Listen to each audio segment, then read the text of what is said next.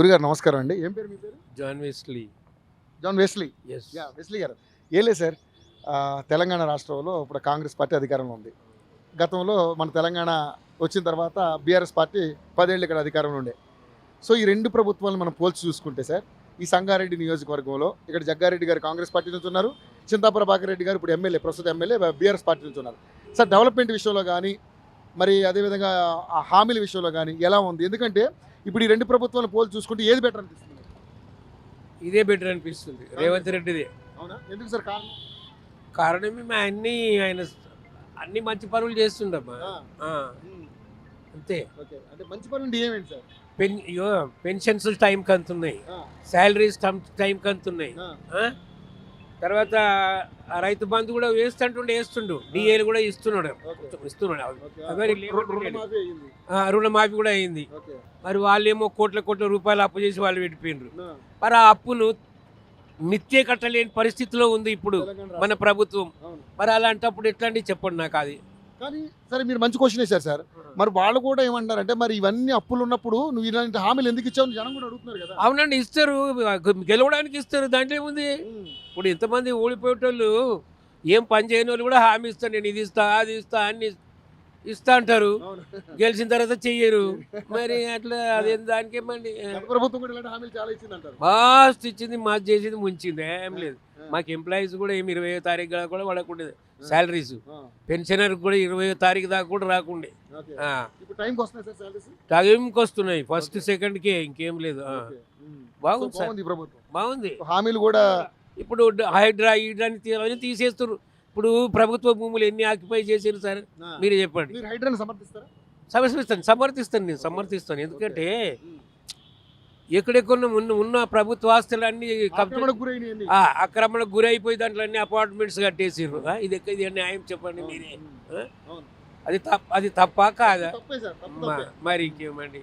మరి ఇప్పుడు అంటే ఇక్కడ జగ్గారెడ్డి గారు, అదేవిధంగా చింతా ప్రభాకర్ గారు ఎలా ఉంది సార్? వీళ్ళిద్దరు ఎవరు బెటర్? చింతా ప్రభాకర్ గారు అయితే ఆయన పరిపాలించిన ఏమి జీరో, ఏమి లేదు. ఆ ఎమ్మెల్యే జీరో, ఆయన ఏం లేవు. సంగారెడ్డికి ఏమి ఇయ్యడు, ఎవరికి ఏమి ఇయ్యడు. ఆయన ఉన్నా అంటే పేర్కొన్నాడు అంతే, ఇంకేం లేదు. జగ్గారెడ్డి ఏం లేకున్నా కానీ వాడు బిచ్చగాడు కానీ 100 మంది కలిసినాడు, ఆయన జేబులుంటే తీసి ఇచ్చేసాడు అంతే. ఆయనకే మోసం చేస్తుర్రు ఇప్పుడు. ఏమోనండి, అదే కాదు, ఈయన క్యాన్వాసింగ్ సరిగా చేసుకోలేడు సార్. అదే అప్పుడు అట్లా అయిపోయింది. లేకపోతే ఇంత మొదలు కూడా మన మొన్న ఎలక్షన్స్ అప్పుడు ఇప్పుడు కాంగ్రెస్ టీఆర్ఎస్ కూడా పోటీ చేసినాయి కదా. చేసినప్పుడు కూడా ఆయన ఎక్కువ కాన్వాసింగ్ చేసుకోలేడు, లేకపోతే ఆయన గెలుస్తుండే. ఏదో కొన్ని ఓట్లలో ఇది అయిపోయింది. కానీ మున్సిపల్ ఎలక్షన్స్ లో కాంగ్రెస్ అవును కదా. సరే అండి, ఇప్పుడు మున్సిపల్ ఎలక్షన్ ఉన్నాయి, గ్రామ పంచాయతీ ఎలక్షన్స్ ఉన్నాయి, పెట్టిన తర్వాత మరి ఇప్పుడు ఈ ప్రభుత్వం మంచిగా చేయనప్పుడు ఓడగొట్టాలి కదా. మరి ఎవరు కొట్టేది? మరి ఎందుకు గెలిపించారండి? 2023లో జనరల్ ఎలక్షన్స్ జరగలేదు, ఎందుకని? ఏం మరి మాకు తెలియదు సార్. అవన్నీ కోరుకున్నారంటారా? అంటే ఇప్పుడు జగ్గారెడ్డి అంటే సంగారెడ్డి అడ్డాలలో జగ్గారెడ్డి గారి ఒక బ్రాండ్ మార్క్. సో ఆయన కూడా ఓడించారంటే ఏంటి జనం ఏంటి తీర్పు అలా ఎందుకు ఇచ్చారండి? ఈయన ఎక్కువ కన్విన్సింగ్ చేసుకోలేడు, ఏం లేదు.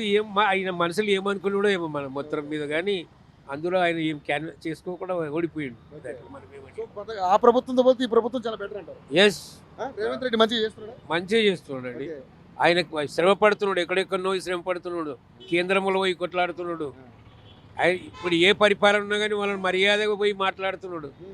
ఇంతకు మొదలు కేసీఆర్ వాడేం చేస్తాడు, ఆ భారత రాజ్యాంగం తీసుకుపోయి బంగాళాఖాతంలో కలుపుతా అని లేదా ఒకసారి? భారత రాజ్యాంగాన్ని తీసుకుపోయి బంగాళాఖాతంలో కలుపుతా అన్నాడు ఆయన. అది ఏమిదండి చెప్పండి. ఈయన కూడా ముఖ్యమంత్రి గారు కూడా లాగుల తొండలుతా కొన్ని రకరకాల. ఇక సార్ అట్లా కాదు, వాళ్ళు అన్నప్పుడు వీళ్ళు కూడా అనవలసి వస్తుందండి.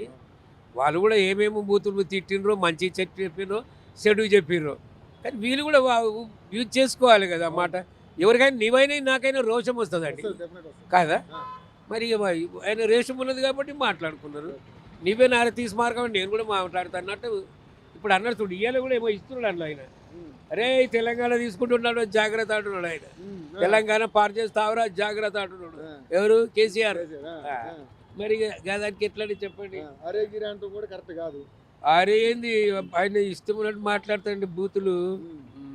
ఇట్లా మొత్తానికైతే ఈ ప్రభుత్వం బెటర్ అంటారు. సో ఇక్కడ మరి అమలు అవుతున్నాయి అన్ని హామీలు? అవుతున్నాయండి. మన ఏదో ఫ్రీ వచ్చింది. 200 యూనిట్ కరెంట్ ఫ్రీ వస్తుందా? 200 యూనిట్ కరెంట్ కూడా తగ్గిపోతున్నది. ఓకే. ఆ, తర్వాత మరి గ్యాస్ వస్తుందా సార్? గ్యాస్ కూడా వస్తుంది. అది కూడా అందరికి 500. అందరికి కాదు, 500కి వచ్చేటోళ్ళకి వస్తుంది. ఎవరెవరైతే ఎలిజిబిలిటీ వాళ్ళకి ఇచ్చేస్తున్నారు. ఓకే. సో ఇంకా మహిళలకు ఇస్తానన్నా 2500 ఇవ్వలేదు. అది వృద్ధులకి మీలాంటి వాళ్ళకి పెన్షన్ 4000 రావట్లా. అదైతే అది వాళ్ళ ప్రభుత్వం ఇష్టం. అది బడ్జెట్ మట్టి వాళ్ళు అన్ని అడ్జస్ట్ చేయ. ఎవరైనా కానీ మనం కుటుంబాన్ని పోషించినప్పుడు మనం అన్ని చూసుకుంటాం. ఇంట్లో ఏమున్నది, మరి తగ్గట్టు పైసలు ఉన్నాయా లేవా అన్ని చూసుకుంటాం.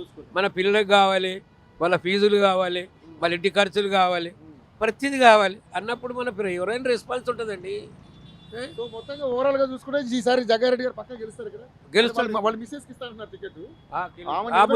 ఆమె నిలబెడితే గెలుస్తారు. నిర్మల్ గారు గెలుస్తాడు. Thank you so much.